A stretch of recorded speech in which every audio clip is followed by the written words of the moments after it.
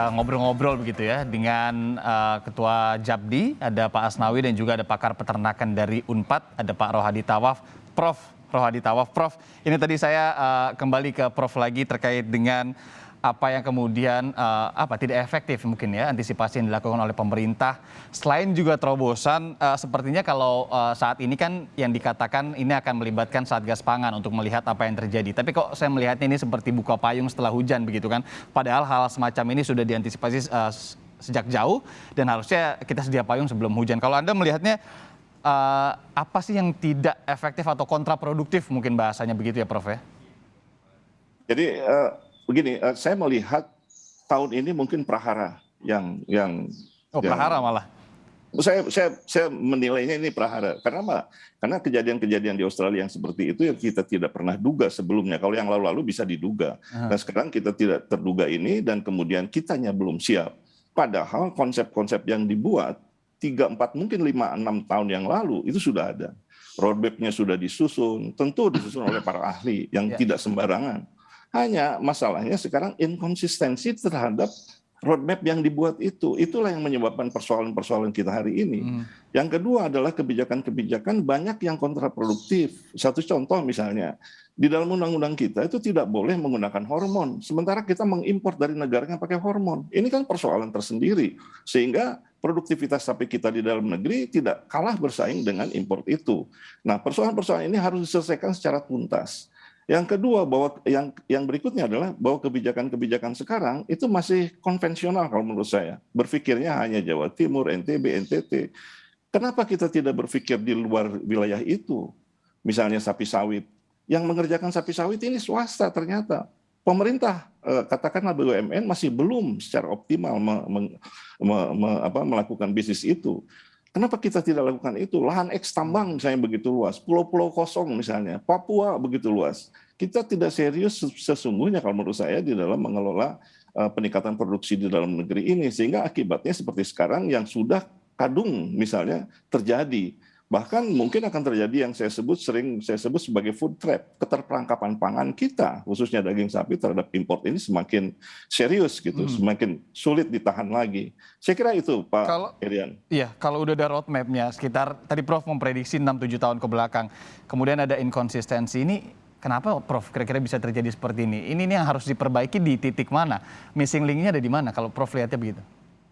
Saya lihat adalah konsistensi saja, keseriusan pemerintah. Anggaran yang sudah ditetapkan misalnya di Dewan, waktu itu DPR, itu dipotong dengan sendirinya. Jadi tidak ada kesungguhan, jadi kebijakan anggaran dengan kebijakan roadmap yang sudah disusun, ini tidak saling mendukung terhadap itu. Nah inilah menjadi penyebab utamanya. Jadi yang sudah misalnya bagus, katakanlah harusnya mendatangkan sekian ribu sapi, membuka kerjasama ke sana ke sini, ternyata kan tidak realisasi. Yang dihadirkan sapi hanya misalnya yang targetnya 350.000 bakalan indukan itu masuk ke Indonesia untuk menjadi pembibit, itu tidak ada. Nah akibatnya apa?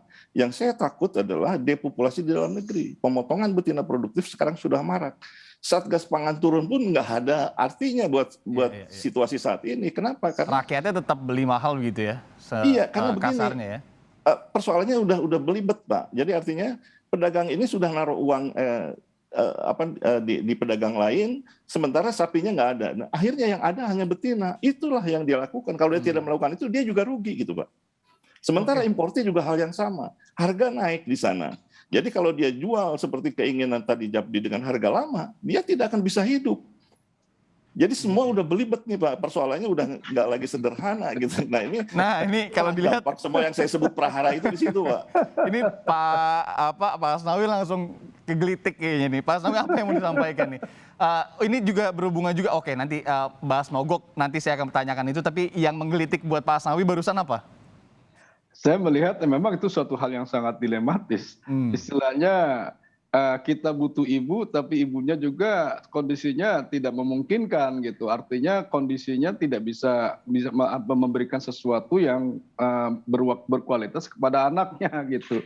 Nah ini kan bicara antara orang tua dan anak, karena kan hubungan bisnis itu kan antara dari hulu posisi tengah dan hilir itu semacam jaringan hubungan seperti keluarga gitu. Harus saling menguntungkan ya?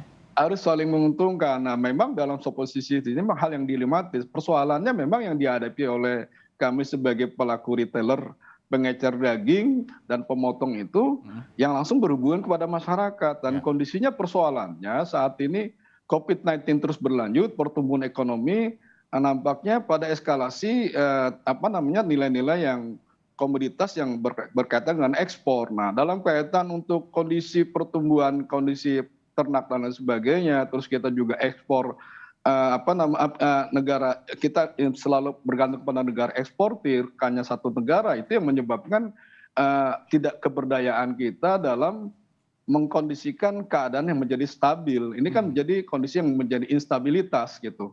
Nah, Pak, dalam kaitan di sini kalau melihat dari harga acuan yang saat ini dikeluarkan, orientasinya sebenarnya mereka tidak rugi, masih ada keuntungan, tapi keuntungan tidak terlalu besar. Cuma persoalannya ketika mereka keluarkan sapi sekarang pada produksi pasca panen dari posisi penggemukan bulan Oktober dan bisa dikeluarkan Januari, Februari, dan Maret, dan mendekati Ramadan, memang orientasi ketika awal dia beli di tahun 2022 ini Januari dan Februari itu ada suatu peningkatan dari $3,8 Amerika menjadi 4,2 dan tertinggi apa yang dikatakan Prof Hadi tadi yaitu di posisi $4,5. Ini menjadi suatu dilematis. Mereka jual ketika pasca menjadi hasil uang itu untuk mereka belanjakan lagi sapi nggak bisa dapat sapi karena harganya sudah tidak lagi seperti itu. Itu yang menjadi dilematis. Nah, sedangkan di posisi teman-teman pedagang atau pemotong, mereka menuntut orientasinya kembali pada titik awal gitu. Berapa sih dulu beli? Ya artinya kami diperlakukan seperti hal yang sama. Artinya bukan kami anti kenaikan, tapi ya disesuaikanlah kenaikannya jangan sampai 15 hingga 23% yang saya prediksi kenaikan itu ke depan menjelang hari raya Ramadan dan Idul Fitri itu kenaikan akan mencapai di posisi di atas 20%, itu 23 sampai 24%. Kalau itu menjadi itu prediksi kami karena angkanya menyesuaikan gitu. Pak Asnawi, ini kan rencananya kemarin ada mogok jualan juga nih seminggu begitu ya. Ini bukannya malah tambah merugikan para pedagang begitu. Ini kenapa sih pengen mogok gitu?